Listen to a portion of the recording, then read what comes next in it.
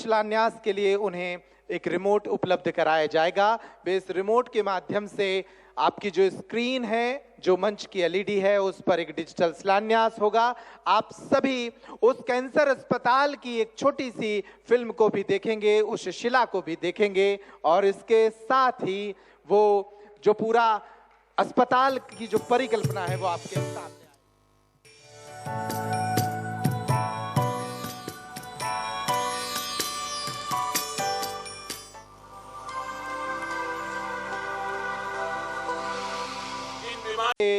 मुख्यमंत्री डॉक्टर मोहन यादव जी को कि वे भी इस अनुपम क्षण पर अपना उद्बोधन हम सभी को प्रदान करें। डॉक्टर मोहन यादव जी।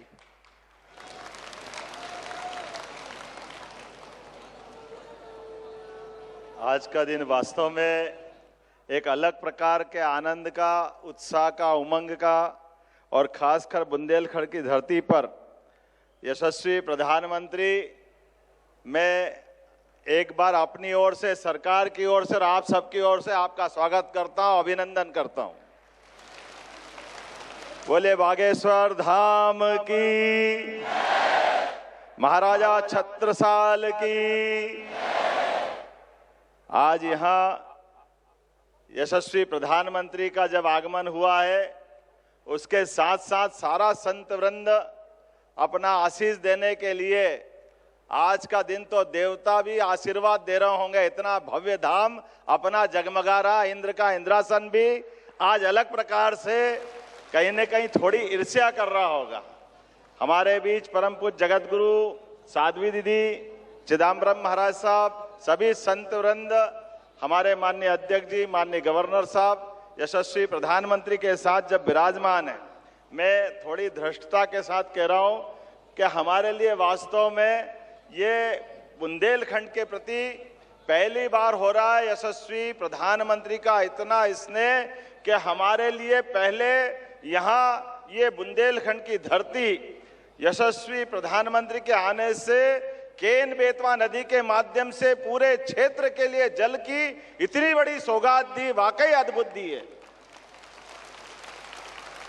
हमारा पूरा बुंदेलखंड उत्तर प्रदेश और मध्य प्रदेश का मिला करके स्वर्गीय भारत रत्न अटल बिहारी वाजपेयी की उस भावना को लेकर के, जो वास्तव में बुंदेलखंड लोग हमारे लिए बात अपने आन बान शान की हो तो प्राण की बाजी लगा करके वीरता का नया प्रतिमान बना सकते हैं। लेकिन जो प्रकृति की मार थी, जहां सूखा पड़ता था, वहां आपके आशीर्वाद से सुखी रहने का आशीर्वाद मिला है। यह आपकी कृपा है, आपकी मेहरबानी है।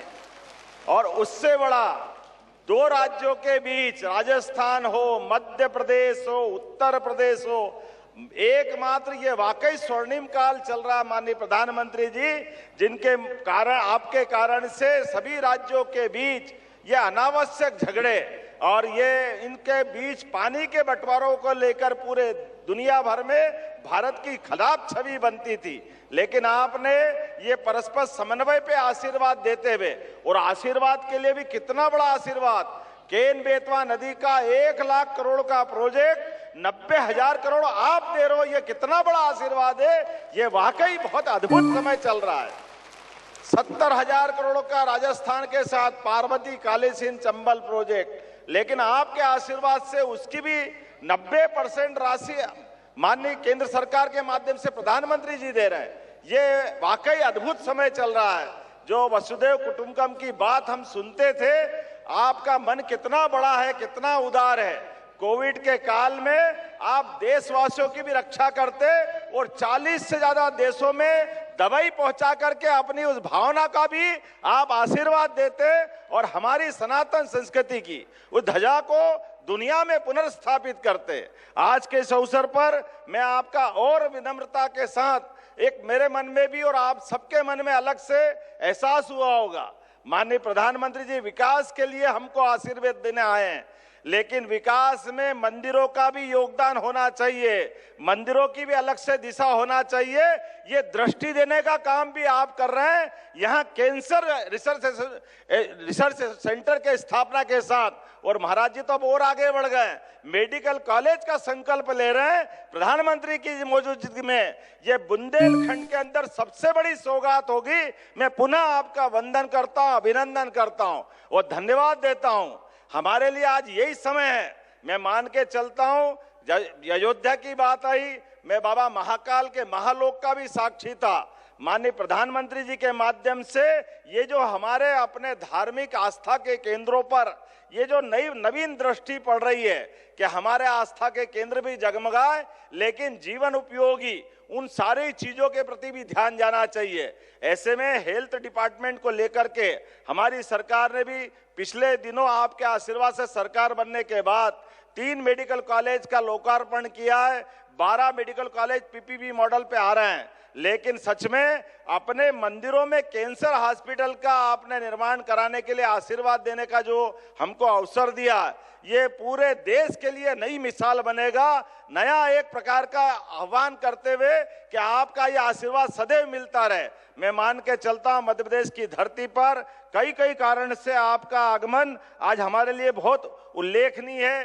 कल आप ग्लोबल इन्वेस्टर समिट के माध्यम से विश्व के सभी उद्योगपतियों के साथ मध्य प्रदेश को आशीर्वाद देने के लिए, देश के अंदर भी देश के बाहर भी, और ये आपकी ही कुशल मार्गदर्शन है कि कहां 2014 में 11वें नंबर पर भारत का स्थान था, लेकिन समान रूप से सभी क्षेत्रों में काम करते हुए भारत अपने को 250 साल से ज्यादा गुलाम बनाने वाले इंग्लैंड को पीछे छोड़ करके 5वें स्थान पे लिया है। ये आपकी कृपा है, आपकी अपनी कुशल नेतृत्व क्षमता है।